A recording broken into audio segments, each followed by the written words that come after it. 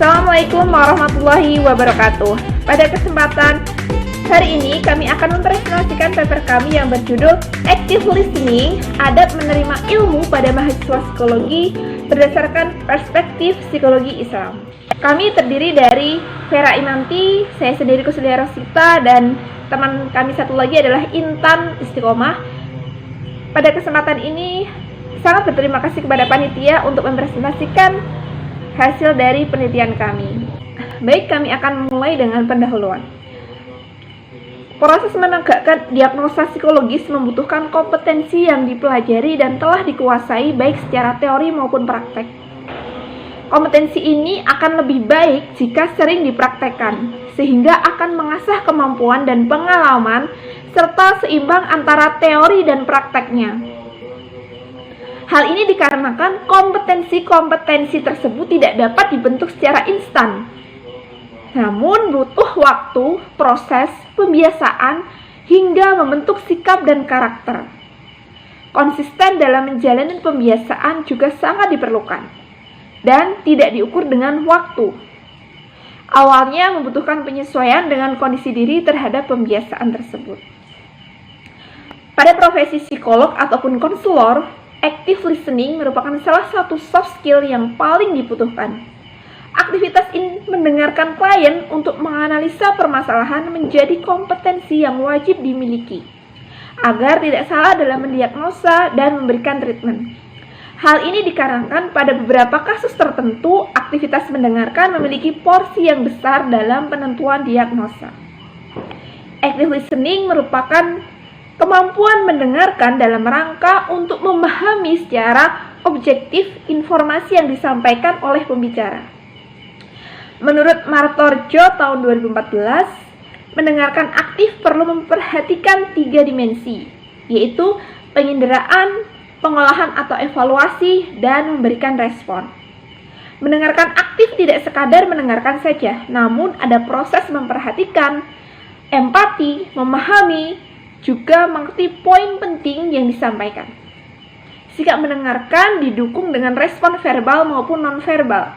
Hal ini juga akan mempengaruhi interaksi timbal balik antara pembicara dengan pendengar, termasuk seberapa banyak yang akan diungkap oleh pembicara. Adab-adab dalam menerima ilmu memberikan gambaran sikap dalam menerima informasi dan ilmu. Sikap atau perilaku yang ada di dalamnya sesuai dengan sikap yang harus dilakukan dalam active listening. Penerapan adab dan active listening bisa diterapkan dalam satuan penyelenggaraan pendidikan. Perguruan Tinggi Islam sebagai salah satu penyelenggara pendidikan yang di dalamnya mengajarkan berbagai ilmu keislaman termasuk adab. Di dalam proses pembelajaran, dosen sebaiknya memberikan pengantar sebelum memulai pembelajaran mengenai pentingnya menjaga adab.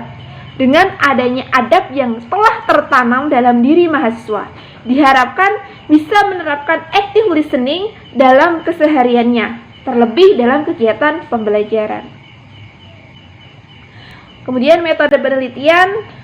Penelitian ini menggunakan metode penelitian kualitatif deskriptif. Metode ini digunakan sebagai upaya dalam mendeskripsikan, menganalisis, dan mengklarifikasi kondisi yang ada pada objek yang sedang diteliti. Penelitian ini dilaksanakan di salah satu kampus berbasis Islam di Solo. Di dalam menentukan sampel penelitian, kami menggunakan teknik purposive sampling, yaitu memilih subjek berdasarkan karakteristik tertentu yang sesuai dengan tujuan dari penelitian ini. Adapun yang menjadi subjek adalah mahasiswa semester 2 dari jurusan psikologis. Teknik pengumpulan data yang digunakan adalah dengan menggunakan angket terbuka yang kemudian hasil dianalisis secara deskriptif. Kemudian untuk hasil dan pembahasan, mendengarkan secara aktif membutuhkan latihan secara kesinambungan. Pada penelitian ini yang terdiri dari 28 koresponden didapatkan hasil sebagai berikut. Aspek active listening yaitu partisipasi, kemudian kategorinya kami bagi menjadi 3 ya, baik, cukup, dan kurang. Untuk kategori baik partisipasinya 19, cukup 9 orang. Kemudian aspek empati, kategori baik 13 orang, cukup 12 orang, dan kurang 3 orang. Kemudian untuk aspek mendengarkan tanpa menilai, kategori baik 3 orang, kategori cukup 15 orang, dan kategori kurang 10 orang. Kemudian untuk aspek listening mendalam, kategori baik 24 dan kategori kurang 4 orang. Berdasarkan pada tabel 1 dapat diketahui bahwa 19 responden berpartisipasi secara aktif dan 9 responden dalam kategori cukup. Keterampilan mendengarkan ternyata tidak mudah dan butuh proses pembelajaran yang berkelanjutan. Mendengarkan secara aktif bertujuan untuk memberikan perhatian penuh kepada lawan bicara dan menandakan bahwa kita tertarik dengan bahan pembicaraan. Mahasiswa perlu dibekali kemampuan mendengar aktif. Hal ini didukung oleh penelitian Sugiarto tahun 2019, di mana peserta didik dalam menuntut ilmu harus mengetahui tugas-tugas kewajiban sebelum belajar seperti niat dan tujuan, bersungguh-sungguh dan belajar melalui sarana apa saja. Berdasarkan tabel 1 diperoleh bahwa 13 responden mampu mendengarkan dengan menunjukkan empati, 12 responden cukup empati, dan 3 responden kurang mampu menunjukkan empatinya. Menurut Covey tahun 1997, dan ada 4 jenis dasar komunikasi, yaitu membaca, menulis, berbicara, dan mendengar. Berdasarkan fakta mayoritas, orang banyak menghabiskan waktu belajar membaca, menulis, dan berbicara. Namun sedikit orang yang belajar cara mendengarkan yang baik. Kemampuan mendengar secara aktif dan empati lebih berharga daripada kemampuan berbicara. Menurut Bramantio dan Prasetyo tahun 2007. Sedangkan menurut Goleman tahun 1997, kemampuan berempati adalah kemampuan untuk mengetahui perasaan orang lain. Empati merupakan kepedulian dan kasih sayang atas hubungan emosional seseorang dalam menyesuaikan emosionalnya dengan orang lain. Dengan kata lain, seseorang yang mampu empati berarti memiliki kunci untuk mendengar aktif sehingga menghasilkan komunikasi yang efektif. Semakin baik keterampilan komunikasi seseorang, maka kemungkinan terjalin hubungan positif dengan orang lain juga akan semakin tinggi. Selain itu, keterampilan mendengarkan perlu diajarkan karena melatih seseorang untuk menghargai orang lain dan meningkatkan hubungan interpersonal yang positif. Hal ini didukung oleh penelitian dari Peck, Maude, dan Brotherson tahun 2015 yang menyatakan bahwa empati membuat guru dapat memahami, merasakan, membuat mudah berkomunikasi dengan anak dan merespon kebutuhan anak. Empati juga membantu individu untuk memahami orang lain, baik perilaku maupun perasaannya, bahkan memprediksi perilaku berikutnya dan memberikan respon dengan cara yang tepat.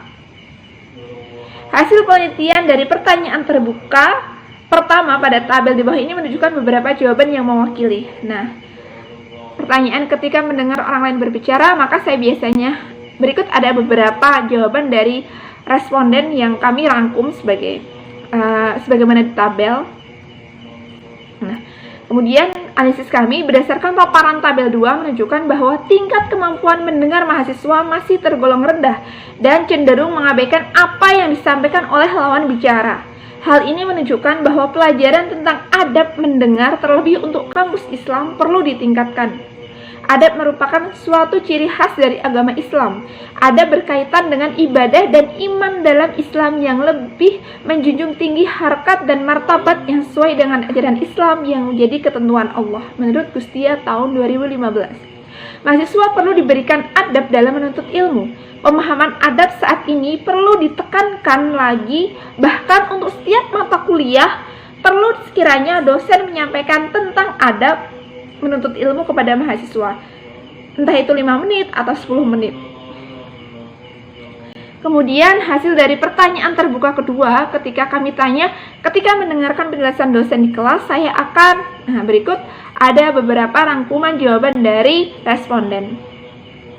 Kemudian analisis kami adalah Berdasarkan tabel 3 dapat kita lihat bahwa responden melakukan aktivitas lain ketika dosen menjelaskan materi. Hal ini dapat menjadi fokus bahwa di tingkat Universitas Islam penerapan adab menuntut ilmu masih perlu disosialisasikan.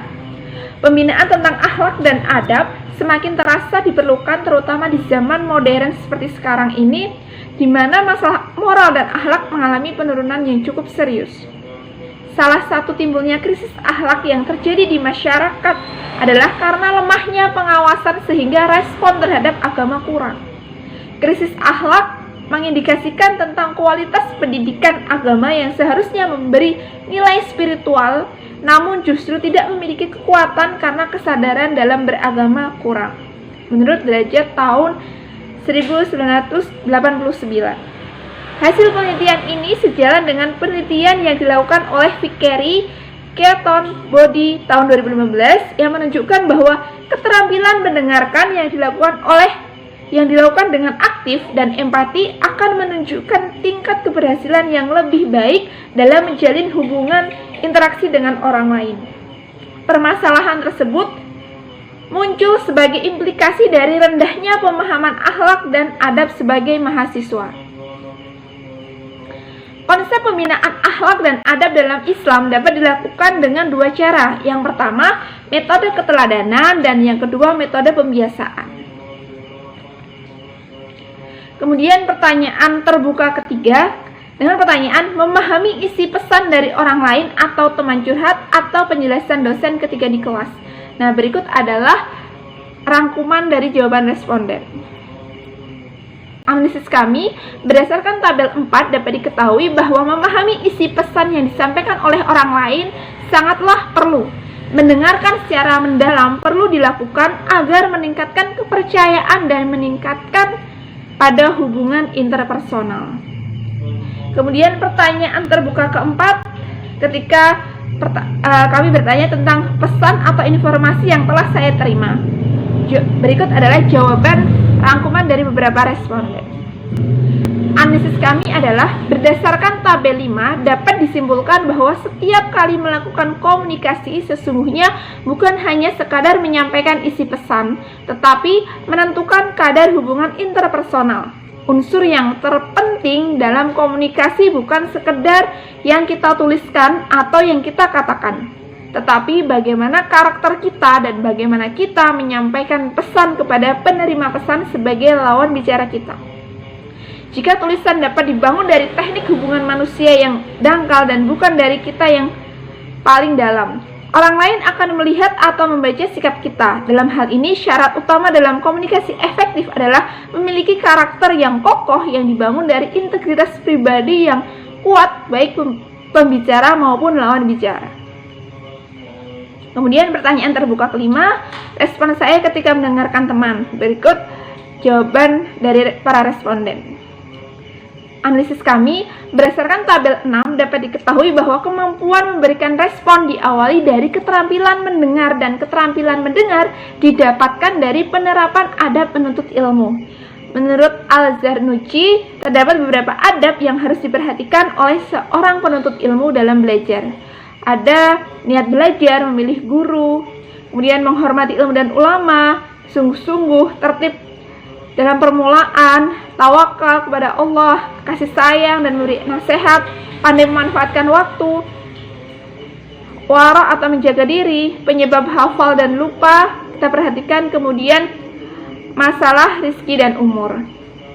Hasil pengamatan berdasarkan lembar behavioral checklist saat pengambilan data terkonfirmasi bahwa adanya perubahan yang signifikan, yaitu terdapat peningkatan kedekatan hubungan interpersonal. Kemampuan mendengarkan aktif mahasiswa dapat ditingkatkan melalui pemahaman dan penerapan adab menuntut ilmu dalam Islam.